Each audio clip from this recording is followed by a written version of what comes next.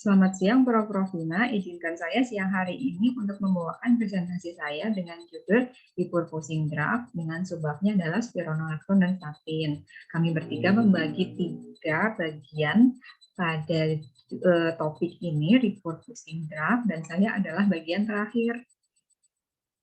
Yang pertama adalah spironolactone. Spironolactone nama lainnya adalah steroid 17 lakton sintesis, ditemukan tahun 1957 dan dipasarkan tahun 1959. Dan spironolactone ini adalah obat yang dipergunakan untuk mengobati gejala primary autosterisme, kondisi edema yang disertai dengan gagal jantung atau sirosis, ataupun hipertensi dengan kondisi hipokalemia. Di sini adalah struktur kimia dari spironolactone, dan spironolactone ini merupakan potasium sparing diuretik. Merek dagang yang dipasarkan yang diakui FDA adalah Aldactone. Untuk selanjutnya, spironolactone ini ditemukan dan diinvestigasi untuk treatment pencegahan dan pengobatan akne berat pada kondisi anti-androgen. Spironolactone ini berefek pada reseptor androgen yang mempengaruhi kelenjar minyak pada kulit dengan mengurangi produksi sebum yang nantinya adalah mengobati gejala dari jerawat. Spironolactone ini memblok konversi weaker androgen lemah menjadi poten androgen pada jaringan periferal, dan gunanya adalah untuk mengobati hirsutisme. Apabila dikombinasi dengan oral kontraseptif, spironolactone ini dapat menghasilkan hasil yang baik pada akne apabila diberikan pada dosis yang rendah. Indikasi untuk pengobatan akne ini pada primary hyperandrogenisme, termasuk di dalamnya wanita yang mengalami gejala jerawat yang parah dan mendadak, hirsutisme, dan mensel yang irreguler. Di sini adalah faktor-faktor penyebab adult female acne atau jerawat pada wanita dewasa. Kombinasi dari perubahan sebum, pola makan yang tidak baik, stres berkepanjangan, medikasi yang tidak teratur, disertai dengan lifestyle-nya smoking ataupun penyakit endokrin, menyebabkan kenaikan dari produksi sebum, folikular hiperkeratinisasi, dan adanya inflamasi dari bakteri penyebab akne, Propenium bacterium acne, mengaktifkan immunity innate, dan dihasilkanlah gejala akne pada wanita dewasa. Spironolactone ini farmakokinetiknya diabsorpsi oral dalam bentuknya tablet microfine powder. Bioavailabilitasnya adalah 80-90%. Pada tubuh dikonversi menjadi metabolit aktifnya canteron dan 7-alfa thiomethylspironolactone. Konsep dari aksinya ini sangat rendah, dia merupakan reseptor dari steroid. Di sini adalah kurva bagaimana paruh waktu dari spironolactone sendiri saat dikonsumsi, lalu 7-alfa thiomethylspironolactone dan canteron. Jadi paruh waktunya adalah 2-4 jam. Farmakodinamik dari spironolactone, jadi spironolactone antagonis terhadap reseptor androgen dan targetnya adalah testosteron dan dihidrotestosteron. Dosis penggunaan spironolactone pada akne yaitu 25-200 mg per hari dan dibagi menjadi 2 dosis.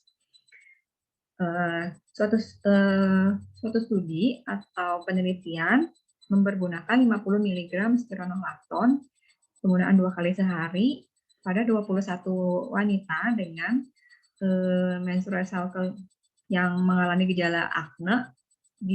Pada hari kelima terdapat perubahan atau perbaikan pada gejala jerawat atau akne tersebut.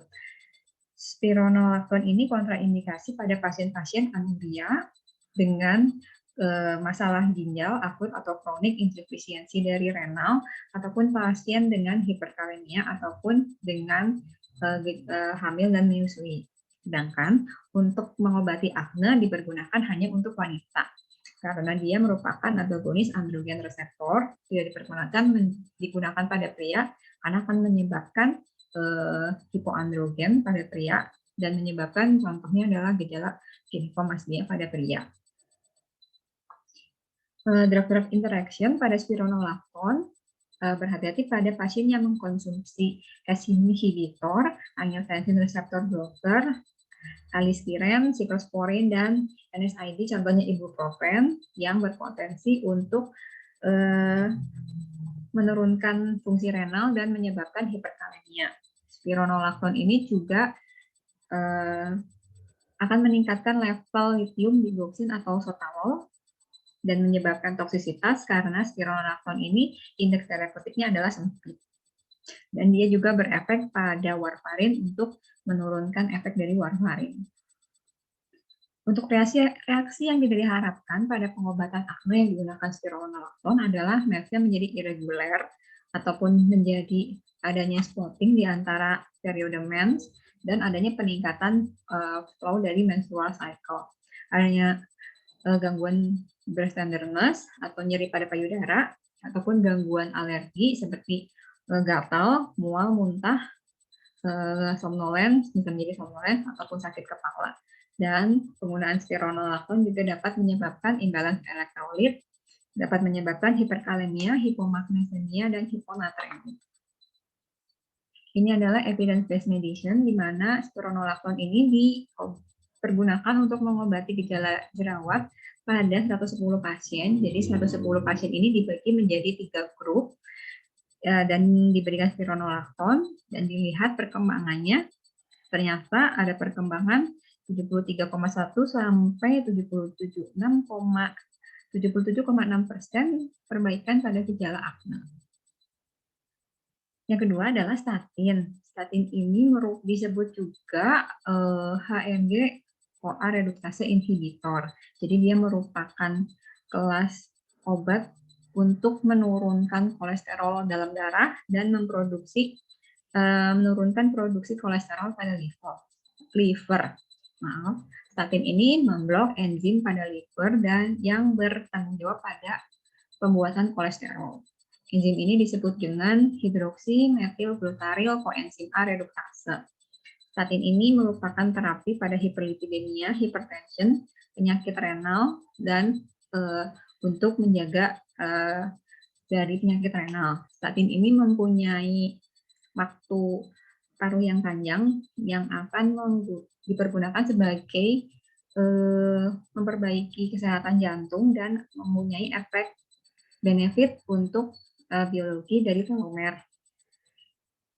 Ini adalah bagaimana chemical structure pada statin. Di sini bisa dilihat pravastatin, pitavastatin, rosuvastatin, fluvastatin, atorvastatin, rivastatin, lovastatin, dan simvastatin. Di sini adalah dosis-dosis yang dipergunakan: simvastatin 10 sampai 80, fluvastatin 20 sampai 80, rivastatin 10, 20, 40, fluvastatin 20 sampai 80.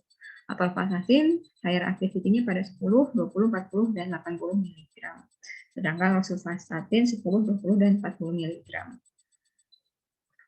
Pada farmakokinetik dari statin ini tergantung pada jenisnya. Absorpsinya pada GI tract, distribusinya 95%, berikatan dengan protein, metabolismenya dirubah prodrugs menjadi beta hidroksiasid vastatin, dan ekspresinya ada pada renal ataupun fekal. Di sini bisa dilihat prodrugs kecuali lovastatin dengan half-life-nya dari yang paling cepat 2,3 sampai 1,3 sampai 2,7 sampai yang paling lama 29 jam. Ini bisa dilihat pH, lipopolicity, substrat dari CYP, metabolitnya aktif dan inaktif. Inaktif pada fluvastatin, provastatin dengan protein bindingnya lebih dari 90%, kecuali pada pravastatin. Ekspresi pada renal dan fekal. Interaksi obat pada statin ini contohnya digunakan apabila dikombinasi dengan antikoagulan dapat meningkatkan risiko perdarahan. Apabila digunakan bersama ezetimibe menurunkan fungsi dari liver. Apabila digunakan pada amlodipin dan sodium fusidat meningkatkan risiko miopati. Apabila dikombinasikan dengan colchicine, amiodaron, verapamil, dan diltiazem menaikkan risiko miopati dan rhabdomyolysis. Interaksi juga berlangsung pada blok pada enzim sitokrom P450 liver enzim. Contohnya pada obat-obat protease inhibitor, erythromycin, itraconazole, caritomycin, tentritomycin, siklosporin, buseprevir, previr, tariconazole, diltiazem, verapamil, ombitavir, dan apabila dikombinasi dengan makanan contohnya grapefruit juice. Ini bagaimana teori dari pemendekan dari telomer. Jadi ada berbagai macam teori penuaan. Di sini saya sampaikan teori radikal bebas dan pemendekan telomer. Telomer ini bisa memendek dari bertambahnya usia juga dipengaruhi oleh pembentukan radikal bebas dari sinar UV, ion radiasi, smoke, gejala lifestyle yang tidak bagus, smoking, polusi udara, inflamasi dalam tubuh atau metabolisme yang menurun, menghasilkan kerusakan pada DNA. Kerusakan DNA dipengaruhi oleh waktu dari dalam dan dari luar. Telomer ini merupakan ujung akhir dari kromosom, di mana fungsinya adalah untuk pembelahan sel. Pada saat telomer terekspos pada permukaan, disitulah proliferasi dari sel akan stop, dan DNA ini, kromosom ini akan menjadi mati. Statin ini berefek pada pemendekan telomer, di mana pada penelitian dua grup sel diberikan diberikan statin dan diukur telomer melalui PCR, didapatkan pemendekan telomer itu pada grup yang tidak mengkonsumsi statin, di mana mekanismenya itu kurang begitu jelas, namun diindikasikan kemungkinan ada perubahan dari penurunan dari radikal bebas, reaktif oksigen spesies, kenaikan telomerase, dan kenaikan telomer TRF2.